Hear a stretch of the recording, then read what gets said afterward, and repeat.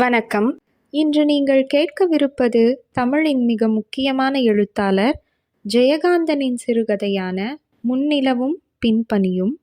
வாசிப்பவர் உங்கள் ஜனனி. கிராமத்துக்கே அவர்களின் பெயர் மறந்துவிட்டது. பெரிய கோனார் என்பதும் சின்ன கோனார் என்பதுமே அவர்களின் பெயராகி நிலவுகிறது. சின்ன கோனாரின் அண்ணன் என்பதனால் பெரியவருக்கு மதிப்பு. பெரிய கோனார் மதிப்போடு வாழ்ந்திருந்த காலமெல்லாம் எப்பொழுதோ முடிந்துவிட்டது. அந்த வாழ்வின் எஞ்சிய பகுதியை வீட்டுக்கு பின்னால் உள்ள முந்திரி தோப்பின் நடுவே அமைந்த தனி குடிசையில் வாழ்ந்து கழித்து விடுவது என்ற தீர்மானத்தில் ஏகாந்த வாசம் புரிகிறார் பெரியவர். சாப்பாட்டு நேரத்துக்கு மட்டும் கைத்தடியின் டக் டக் என்ற சப்தம் ஒலிக்க கல்வீட்டிற்குள் தோட்டத்து வாசல் வழியே பிரவேசிப்பார் பெரிய கோனார். தம்பியின் குடும்பத்தோடு அவருக்குள்ள உறவு அவ்வளவே. சின்ன கோனாரை போல் சொத்துக்கள் என்ற விலங்குகளோ சொந்தங்களினால் விளைந்த குடும்பம் என்ற சுமையோ இல்லாத பெரியவரை அந்த குடும்பமே அதிகம் மதித்து மரியாதை காட்டுவதற்கு காரணம் குடும்பத் தலைவராய் விளங்கும் சின்ன கோனார் அண்ணன் என்ற உறவுக்காக. அந்த குடும்பத்தின் தலைமை பதவியை கௌரவ பதவியாய் பெரியவருக்கு தந்து எல்லா காரியத்துக்கும் அவர் அங்கீகாரம் பெற பணிந்து நிற்பதுதான். 30 வருடங்களுக்கு முன் மனைவி இறந்த அன்றே சொந்தம் என்ற சுமை பெரியவரின் தோளிலிருந்து இறங்கிவிட்டது. அவள் விட்டு சென்ற 5 வயது சிறுவன் சபாபதியை தனக்கொரு சுமை என்று கருதாமலும் சுமக்காமலும் இருந்துவிட்டார் பெரியவர்.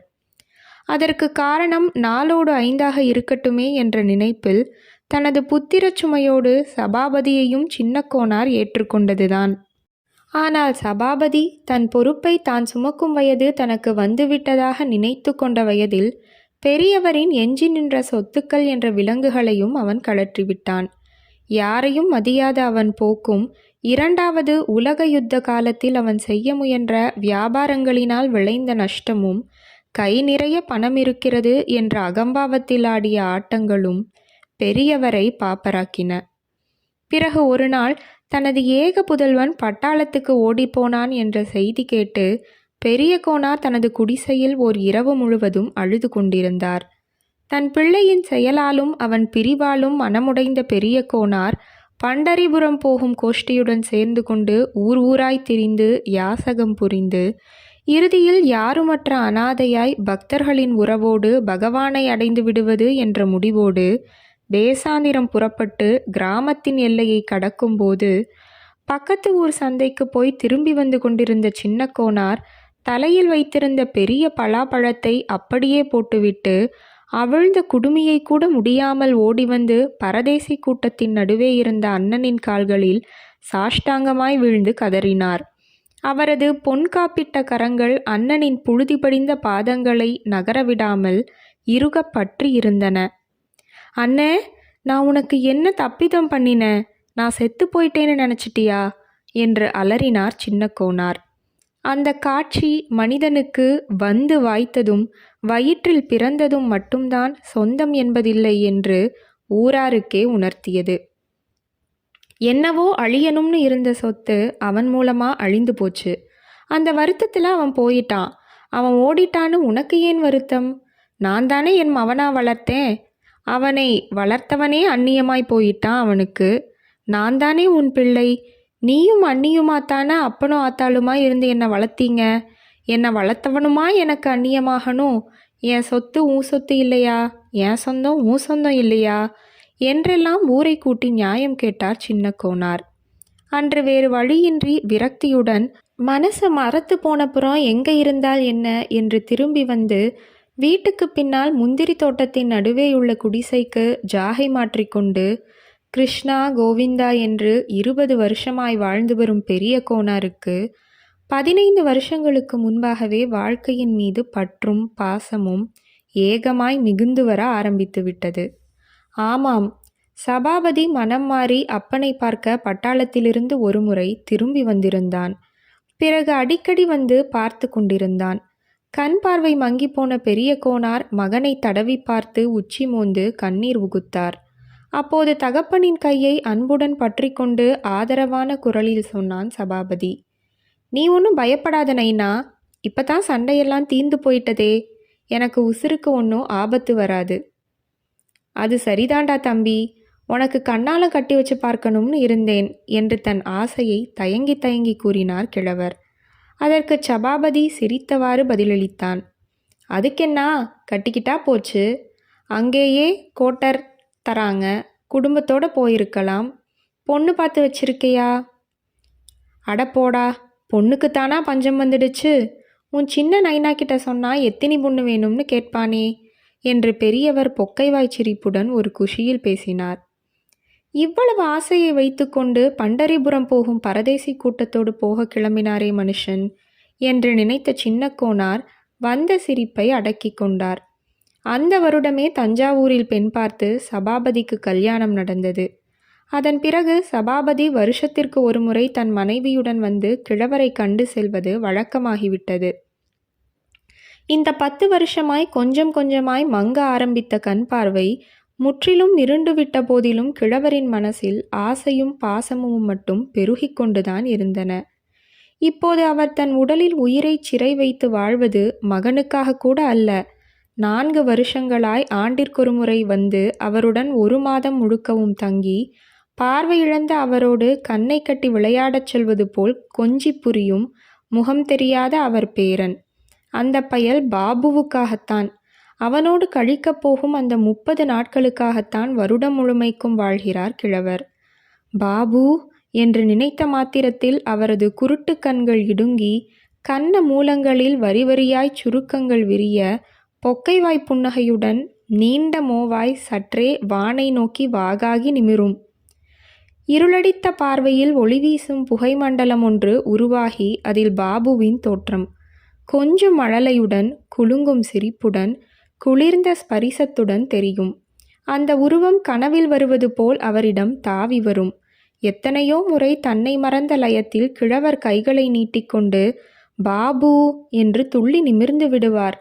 பிறகு அது உண்மையல்ல, கண்ணில் தெரியும் மாயத்தோற்றம் என்று உணர்கையில் இமை விளிம்பில் பனித்த நீரும் இதழ்களில் வளைந்து துடிக்கும் புன்முறுவலுமாய் தலை குனிந்து விடுவார். தனிமையில் குடிசையில் யதார்த்த உண்மையாய் பாபுவோடு கழிக்கும் 1 மாதம் தவிர அதற்கு முன்னும் பின்னுமான மாதங்கள் அவருக்கு இப்படித்தான், இந்த லயத்தில்தான் கழிகின்றன. அது சரி, அவர்தான் பாபுவை பார்த்ததே இல்லையே. அவர் கண்களில் அவன் உருவம் தெரிவதெப்படி? தன் குழந்தை என்று பந்தம் பிறக்கவும் சொந்தம் கொண்டாடவும் தான் தன் குழந்தையின் முகம் தெரிய வேண்டும். குழந்தை மீது கொண்ட பாசத்தை கொண்டாட, அந்த பக்தியை வழிபட ஒரு முகம்தான் வேண்டுமா என்ன? வானத்தில் திரிந்து கொண்டிருந்த கடவுளை மண்ணுக்கிறக்கி மழலை சிந்தும் குழந்தையாக்கி ஓடவிட்டு ஓடி துரத்தி கையை பிடித்திழுத்து நைய புடைத்தெடுத்து மடியில் கிடத்தி மார்பில் அணைத்து முத்தம் கொடுத்து முலைப்பால் அளித்து, ஆம், கடவுளை குழந்தையாகவும் குழந்தையை கடவுளாகவும் கொண்டாடும் கலையையே பக்தியாக கொண்ட வைஷ்ணவ குலத்தில் பிறந்தவராயிற்றே பெரிய கோனார். அவர் கண்களிலே தெரியும் தோற்றம் கண்ணன் தோற்றமே. எனினும் அவர் வழிபடுவது பாபுவின் நினைவைத்தான். போன வருஷம் பாபு வந்திருந்த போது நன்றாக வளர்ந்திருந்தான். என்ன பேச்சு பேசுகிறான்! ஆனால் ஒரு வார்த்தையாவது கிழவருக்கு புரிய வேண்டுமே. அவன் ஹிந்தியில் அல்லவா பேசுகிறான். ஒரு வார்த்தை கூட தமிழ் தெரியாமல் என்ன பிள்ளை வளர்ப்பு என்று கிழவர் சில சமயம் மனம் சலிப்பார். இருந்தாலும் தன் பேரன் பேசுகிறான் என்பது முக்கியமே தவிர என்ன பாஷையாக இருந்தால் என்ன என்ற குதூகலத்துடன் அவனை பேச வைத்து ரசித்து கொண்டிருப்பார். பாபுவை போல் சுத்தமாய் உடை உடுத்தி காலில் ஷூ அணிந்து ஒரு பக்கம் அமைதியாய் உட்கார்ந்திருக்க இங்கே இருக்கும் இந்த பிள்ளைகளுக்கு தெரியுமா? தெரியவே தெரியாதாம். கிழவர் அப்படித்தான் சொல்லுவார். தன் குடிசைக்கு மட்டும் அவனை தனியே அழைத்து வருவார். பின்னால் வரும் மற்ற குழந்தைகளை போ போ என்று விரட்டிவிட்டு பாபுவை நாட்காலியில் உட்கார வைத்து அவன் காலடியில் அமர்ந்து வாதுமை, கல்கண்டு, முந்திரி பருப்பு போன்றவற்றை ஒரு டப்பியில் அவனுக்காக சேர்த்து வைத்திருக்கும் தின்பண்டங்களை தந்து பாஷை தெரியாத அவனிடம் பேசி அவன் பேசுவதையும் ரசிப்பார் கிழவர். அவன் அவரை தாதா என்றுதான் அழைப்பான். அவரும் அவனுக்கு தாத்தையா என்று அவர்கள் வழக்கப்படி உச்சரிக்க பலமுறை சொல்லித்தந்தார். அவன் அதை மறுத்து நை நை தாதா என்று அவருக்கு கற்றுத்தந்தான்.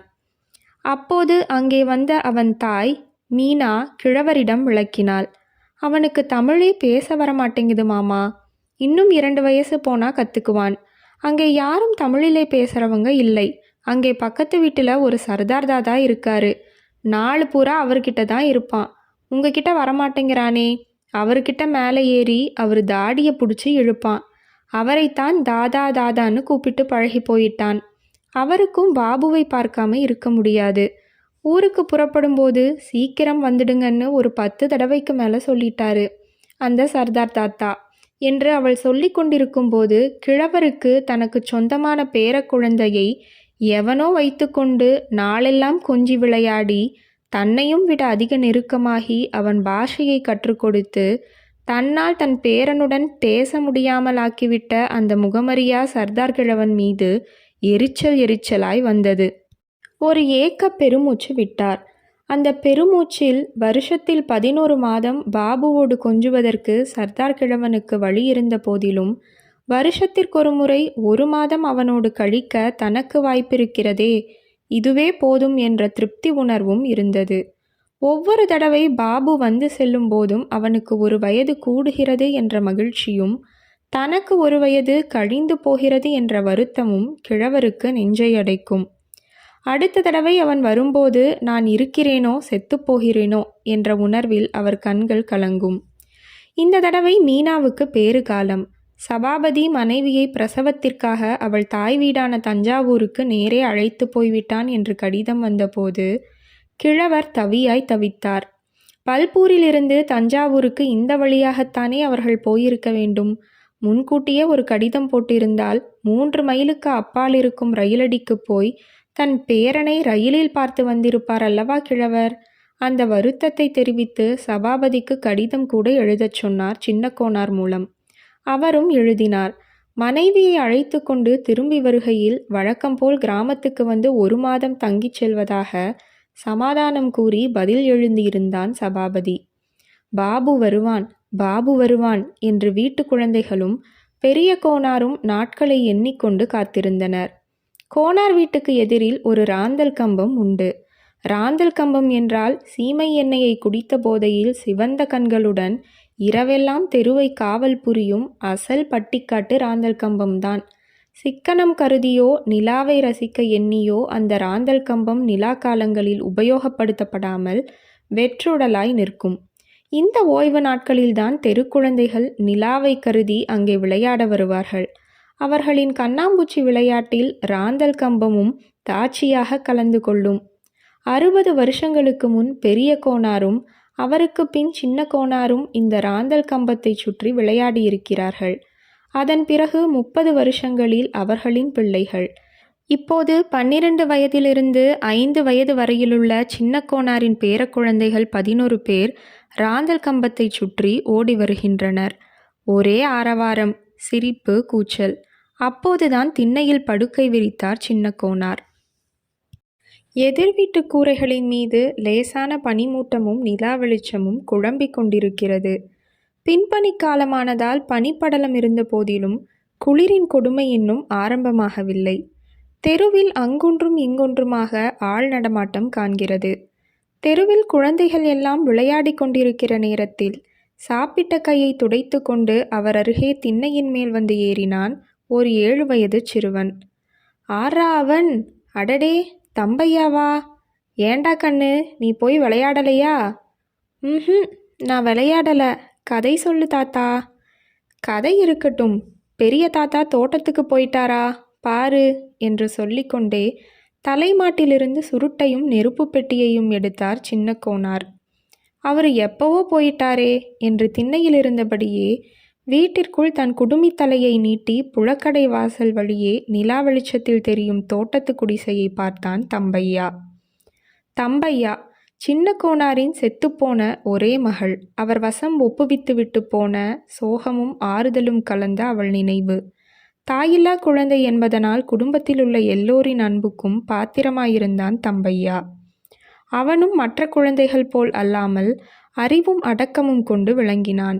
ஆனால் பெரிய கோனாருக்கோ சின்ன கோனாரின் பேரப்பிள்ளைகளில் ஒருவனாய்த்தான் அவனும் தோன்றினான். அவருக்கு அவருடைய பாபுதான் ஒசத்தி.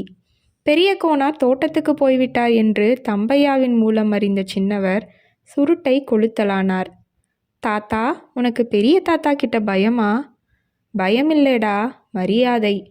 ம் அவருக்கு தான் கண்ணு தெரியலையே, நீ சுருட்டு குடிக்கிறேன்னு அவர் எப்படி பார்ப்பாரு? அவருக்கு கண்ணு தெரியலன்னா என்ன? எனக்கு கண்ணு தெரியுதே. அவர் எதிர சுருட்டு குடிச்சு எனக்கு பழக்கமில்லை. சரி, நீ போய் விளையாடு. ம் நாளைக்கு தான் விளையாடுவேன், இன்னைக்கு கதை தான் வேணும். நாளைக்கு என்ன விளையாட நாள் பார்த்துருக்க? நாளைக்கு தானே சபாபதி மாமா வாராங்க, அவங்க வந்தப்புறம் பாபுவோட விளையாடுவேன் என்று உற்சாகமாய் சொன்னான் தம்பையா. அடடே, உனக்கு விஷயமே தெரியாதா? அந்த இந்திக்கார பையலும் அவ அப்பனும் நம்மளையெல்லாம் ஏமாத்திப்பிட்டானுவ. அவங்க வரல, அதான் பெரிய தாத்தாவுக்கு ரொம்ப வருத்தம் என்று சின்ன கோனா சொன்னதை நம்ப மறுத்து தம்பையா குறுக்கிட்டு கத்தினான். ஐயா, பொய் பொய், நீ சும்மா நாச்சுக்கும் சொல்ற, நாளைக்கு அவங்க வருவாங்க. பொய் இல்லடா, நெசம்தான். சாயங்காலம் கடுதாசி வந்துச்சே, திடீர்னு வர சொல்லி கடுதாசி வந்துச்சாம் பட்டாளத்திலிருந்து. அதனால் இன்னைக்கு ராத்திரியே புறப்பட்டு தஞ்சாவூர்லேருந்து நேராக போகிறாங்களாம். அடுத்த தடவை சீக்கிரமாக வராங்களாம். உங்கள் சபாபதி மாமா எழுதியிருக்கான். கடுதாசி எங்க காட்டு என்று கேட்கும்போது தம்பையாவின் குரலில் ஏமாற்றமும் அவநம்பிக்கையும் இழைந்தன. கடுதாசி பெரியவர்கிட்ட இருக்கு, நான் போய் பார்க்க போறேன் என்று சொல்லிக்கொண்டே திண்ணையிலிருந்து குதித்தான் தம்பையா. இந்த நேரத்திலேயா தோட்டத்துக்கு போற? விடிஞ்சு பார்த்துக்கலாம் என்று தடுத்தார் சின்னவர். அதுதான் நிலா வெளிச்சம் இருக்குதே என்று பதில் சொல்லிவிட்டு தோட்டத்து குடிசையை நோக்கி ஓட்டமாய் ஓடினான் தம்பையா.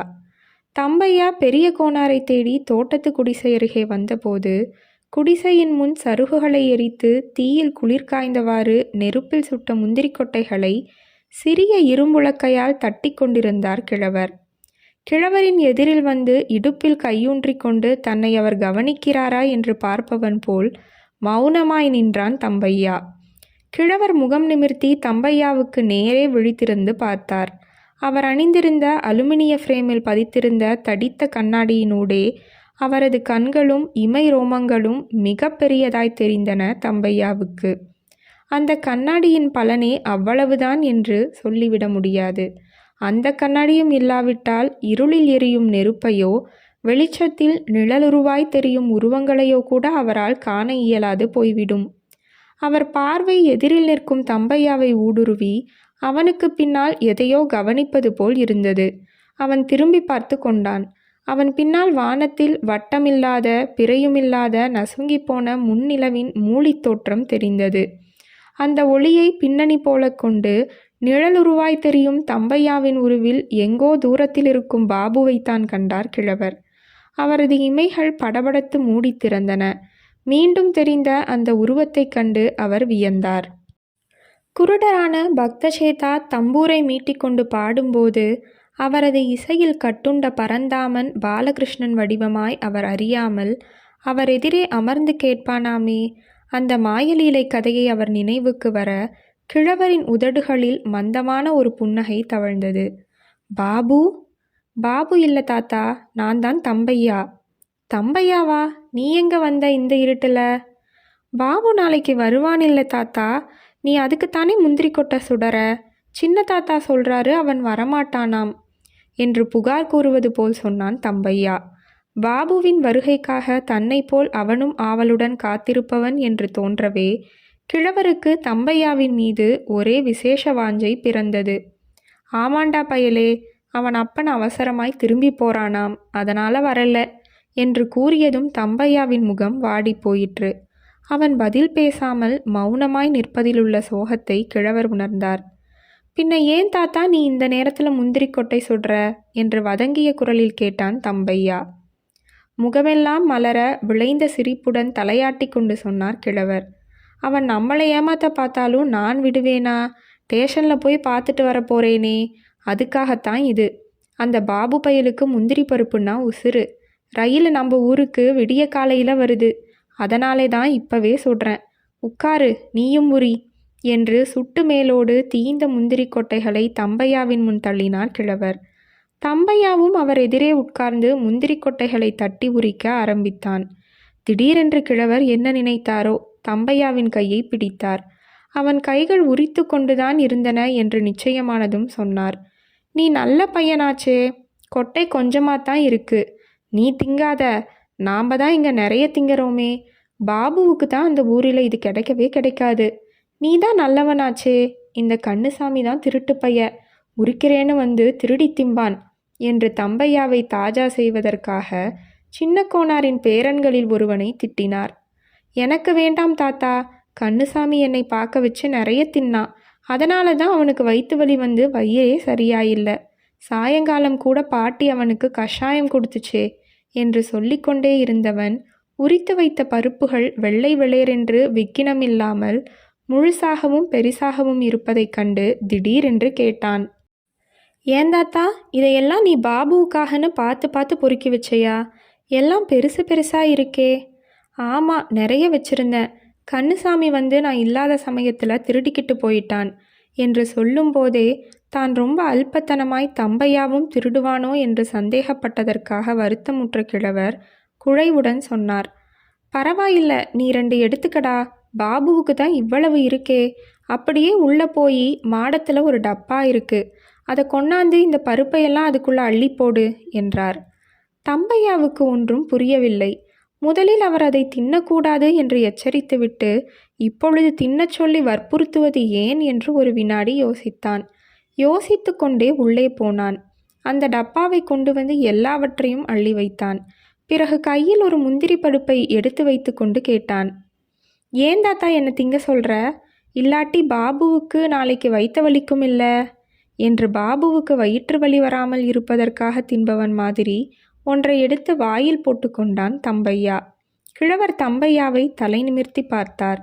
இவ்வளவு அறிவும் நல்ல குணமும் அமைந்த தம்பையா தாயில்லா குழந்தை என்ற எண்ணமும் செத்துப்போன அவளைப் போலவே அறிவும் குணமும் மிகுந்த அவனது தாயின் முகமும் இத்தனை காலம் இவனை பற்றிய சிந்தனையே இல்லாமல் மற்ற குழந்தைகளில் ஒன்றாகவே கருதி இவனையும் தான் விரட்டியடித்த பாவனையும், தாயற்ற குழந்தையை விரட்டிவிட்டு தன் பேரன் என்பதால் பாபுவை இழுத்து வைத்து சீராட்டிய குற்ற உணர்வும் அவரது நினைவில் கவிந்து கிழவரின் குருட்டு விழிகள் கலங்கின. எதிரில் நின்ற தம்பையாவை இழுத்து தோளோடு அணைத்து கொண்டார். அவர் உதடுகள் அழுகையால் துடித்தன. அவன் முதுகுக்கு பின்னால் கண்ணாடியின் இடைவெளியினூடே விரல் நுழைத்து இமை விளிம்பில் துளித்த கண்ணீரை துடைத்து கொண்டு பாசம் நெஞ்சில் அடைக்க, உங்க அம்மா மாதிரி நீயும் ரொம்ப புத்திசாலியா இருக்க. பாவம், அவதான் இருந்து அனுபவிக்க கொடுத்து வைக்கல. நீ நல்லா படிக்கிறியா? நல்லா படிச்சு கெட்டிக்காரனா ஆகணும் என்று தொடர்பில்லாத வாக்கியங்களை சிந்தினார். அவர் கழுத்தை நெருடியவாறு வாயிலிருந்த முந்திரி பருப்பை கன்னத்தில் ஒதுக்கி கொண்டு தாத்தா தாத்தா என்று கொஞ்சுகின்ற குரலில் அழைத்தான் தம்பையா. என்னடா வேணும்? நானும் உன் கூட ஸ்டேஷனுக்கு வரேன் தாத்தா, பாபுவை பார்க்கறதுக்கு என்று கெஞ்சினான். விடிய காலம்புற வண்டிக்கு நான் இருட்டோடு எந்திரிச்சு போவேனே, நீ எந்திரிப்பியா? இருட்டில் எனக்கு பழக்கம், தடவிக்கிட்டே போயிடுவேன். உன்னை எப்படி கூட்டிக்கிட்டு போகிறது என்று தயங்கினார் கிழவர்.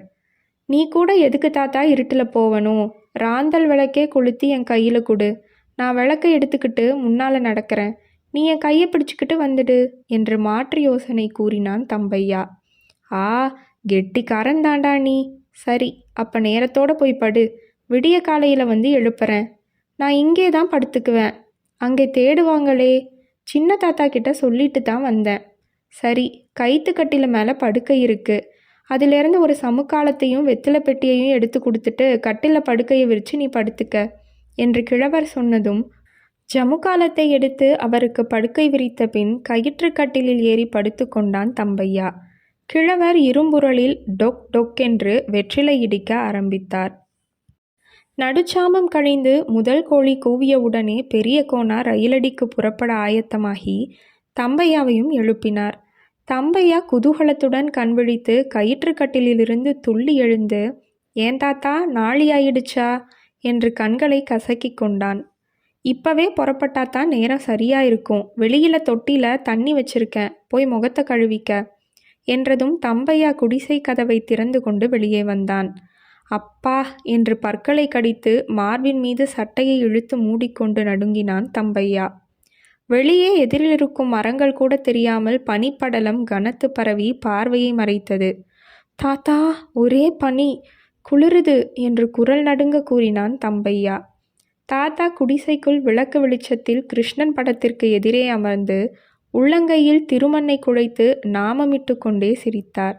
பயலே, உனக்கு வயசு 7, எனக்கு 70.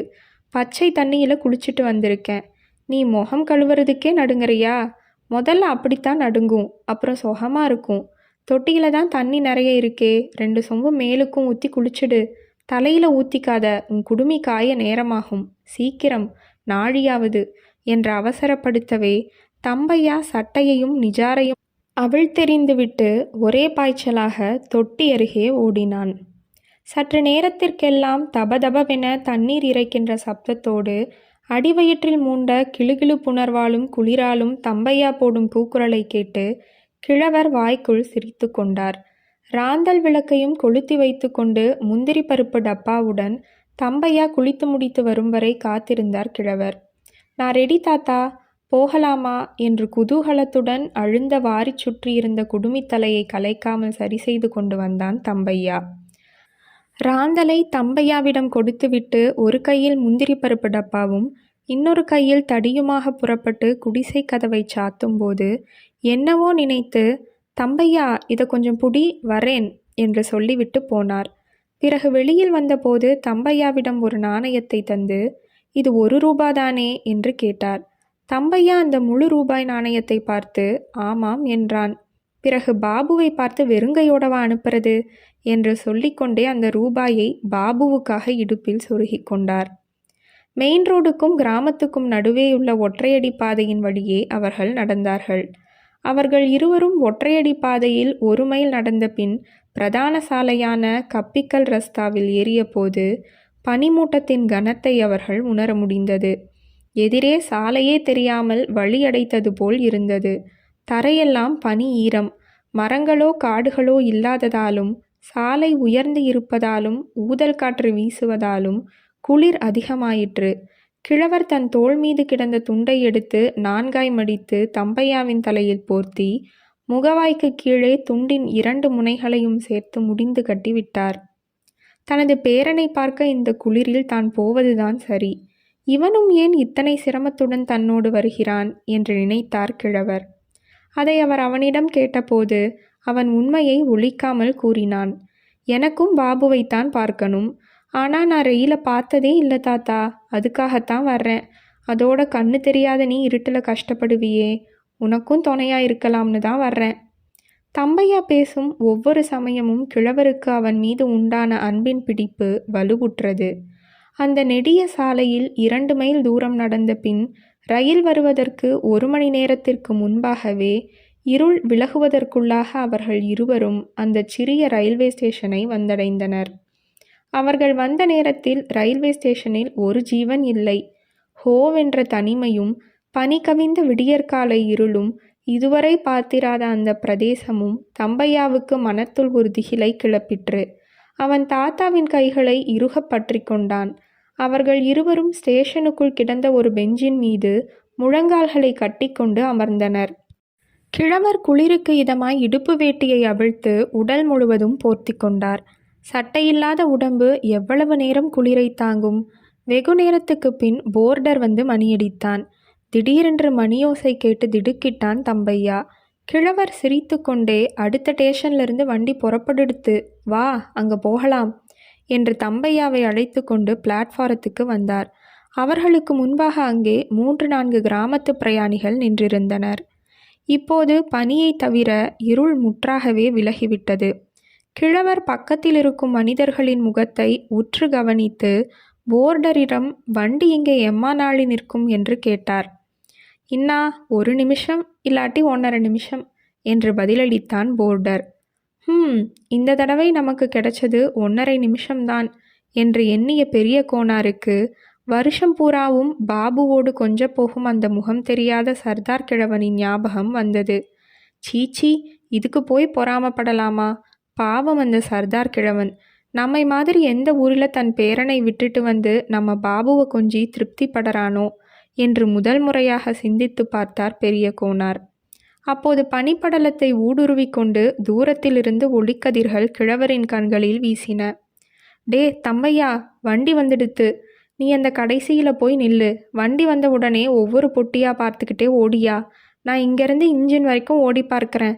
அங்கேயே அவங்க இருந்தா என்னை கூப்பிடு என்று சொல்லி கொண்டிருக்கும் போதே பேரிரைச்சலோடு ரயில் வந்து நிற்றது. கிழவர் பாபு பாபுவென்று ஒவ்வொரு பெட்டி அருகிலும் நின்று கூவியவாறு இன்ஜின் வரை ஓடினார். தம்பையா இன்னொரு கோடியில் சபாபதி மாமா, மீனா மாமி, பாபு என்று கூவிக்கொண்டே ஓடி வந்தான். எல்லா பெட்டிகளின் ஜன்னல் கதவுகளும் குளிருக்காக அடைக்கப்பட்டிருந்தன. பாபு பாபு என்ற தவிப்பு குரலுடன் கிழவர் இன்ஜின் வரை ஓடி வந்து விட்டார். அவருடைய பாபுவை அவர் காணவில்லை. அவன் எந்த பெட்டியில் சுகமாக தூங்கிக் கொண்டிருக்கிறானோ. இந்த பனியிலும் குளிரிலும் பாசம் என்ற நெருப்பில் குளிர் காய்ந்து கொண்டு ஒரு குருட்டு கிழவன் தனக்காக வந்து நிற்பான் என்று அவனுக்கு தெரியுமா? வண்டி புறப்படுவதற்காக முதல் மணி அடித்து விட்டது. ஒரு நிமிஷம் தனது குருட்டு விழிகளால் தன் பாபுவை காணவும், ஒரு தடவை அந்த பிஞ்சு விரல்களை ஸ்பரிசித்து இன்பமடையவும், இந்த தடவை தனக்கு கொடுத்து வைக்கவில்லை என்று நினைத்த மாத்திரத்தில் அந்த ஏமாற்றத்தை தாங்க முடியாமல் கிழவரின் கண்கள் கலங்கின. ரயில் முழுவதும் கத்தி பார்த்துவிட்டு ஓடி வந்த தம்பையா ரயிலை பார்த்த மகிழ்ச்சியையும் துறந்து கிழவரின் கையை பிடித்து கொண்டு பரிதாபமாய் நின்றான். கிழவர் வானத்தை பார்த்தபாறு பாபூவென்று சற்று உரத்த குரலில் உணர்ச்சி வசப்பட்டு கூவிவிட்டார். அப்போது இன்ஜினுக்கு பக்கத்திலிருந்து ஓர் 2ஆம் வகுப்பு பெட்டியின் திறந்த ஜன்னலிலிருந்து ஓர் அழகிய குழந்தை முகம் எட்டி பார்த்து பெரிய கோனாரை தாதாவென்று அழைத்தது. அந்த பெட்டி பிளாட்பாரத்தை தாண்டி இருந்ததால் கிழவர் ஆனந்தம் மேலிட்டவராய் கீழே இறங்கி ஓடி வந்து அந்த குழந்தையிடம் முந்திரி பருப்பு டப்பியை நீட்டினார். நைனா நை என்று குழந்தை அதை பெற மறுத்து கைகளை ஆட்டினான். கிழவரோடு ஓடி வந்த தம்பையா பெட்டி மிகவும் உயரத்தில் இருந்தபடியால் குழந்தையின் முகத்தை பார்க்க முடியாமல் பாபு பாபு என்று அழைத்து எம்பி எம்பி குதித்தான். கிழவர் டப்பியை திறந்து உனக்கு பிடிக்குமே முந்திரி பருப்பு என்று திறந்து காட்டினார். குழந்தை முந்திரி பருப்பை கண்டதும் டப்பியில் கைவிட்டு அள்ளினான். எல்லாம் உனக்குத்தான் என்று டப்பியை அவனிடம் கொடுத்தார் கிழவர். அப்பொழுது வண்டிக்குள்ளிருந்து முக்காடிட்ட தூள சரீரமான ஒரு வடநாட்டு பெண்ணின் முகம் கோன் என்றவாறு வெளிப்பட்டது. கிழவனையும் குழந்தையையும் பார்த்தபோது யாரோ கிழவன் தன் குழந்தைக்கு அன்புடன் தந்திருக்கிறான் என்ற நன்றி உணர்வில் அவள் புன்முறுவல் பூத்தாள். 2வது மணியும் ஒலித்தது. இன்ஜின் கூவென்று கூவி புறப்பட ஆயத்தப்படுகையில் அந்த வடநாட்டு தாய் தன் குழந்தையிடம் சொன்னாள், தாதாக்கோ நமஸ்தே கரோ பேட்டா. குழந்தை கிழவரை பார்த்து நமஸ்தே தாதா என்று வணங்கினான். கிழவரும் பாசத்தால் பிரிவுணர்வால் நடுங்கும் கைகளை குவித்து அவனுக்கு புரியும்படி நமஸ்தே பாபு என்று வணங்கினார். அப்போது வண்டி நகர்ந்தது. வண்டி நகர்ந்தபோதுதான் அவருக்கு திடீரென்று நினைவு வர இடுப்பிலிருந்த 1 ரூபாய் நாணயத்தை அவசர அவசரமாய் எடுத்து கொண்டோடி குழந்தையிடம் நீட்டினார். அதை கண்ட அந்த வடநாட்டு பெண்மணிக்கு எங்கோ தூரத்தில் பிரிந்திருக்கும் தன் கிழத்தந்தையின் நினைவு வந்ததோ. அவள் கண்கள் கலங்கின. கலங்கிய கண்களுடன் தன் மகனிடம் கிழவர் தரும் ரூபாயை வாங்கி கொள்ளும்படி ஹிந்தியில் கூறினாள். சிறுவனும் அதை பெற்றுக்கொண்டு கிழவரை நோக்கி கரம் அசைத்தான். வண்டி விரைந்தது. சபாபதி தூங்குறானா மீனா, எழுந்ததும் சொல்லு என்று கிழவர் கூறியது அவர்கள் காதில் விழுந்திருக்காது. வண்டி மறையும் வரை தம்பையாவும் கிழவரும் பிளாட்பாரத்தில் நின்றிருந்தனர். கிழவர் கண்களில் வழிந்த கண்ணீரை துடைத்து விட்டு கொண்டு ஒரு நிம்மதி உணர்வில் சிரித்தார். அடுத்த தடவை பாபு வரும்போது நான் இருக்கேனோ செத்து போயிடுறேனோ என்று வழக்கம் போல் நினைத்து கொண்டார். தம்பையா தும்மினான். இதென்ன அபசகுனம் மாதிரி தும்முகிறானே என்று கிழவர் அவனை பார்த்தபோது தம்பையா 2வது முறையும் தும்மி சுபசகுனமாக்கினான். தம்பையாவை கிழவர் மார்புற தழுவிக்கொண்டார். இனிமேல் 11 மாதங்களுக்கு அவன்தானே அவருக்கு துணை. நீங்கள் கேட்ட சிறுகதை ஜெயகாந்தனின் முன்னிலவும் பின்பனியும்.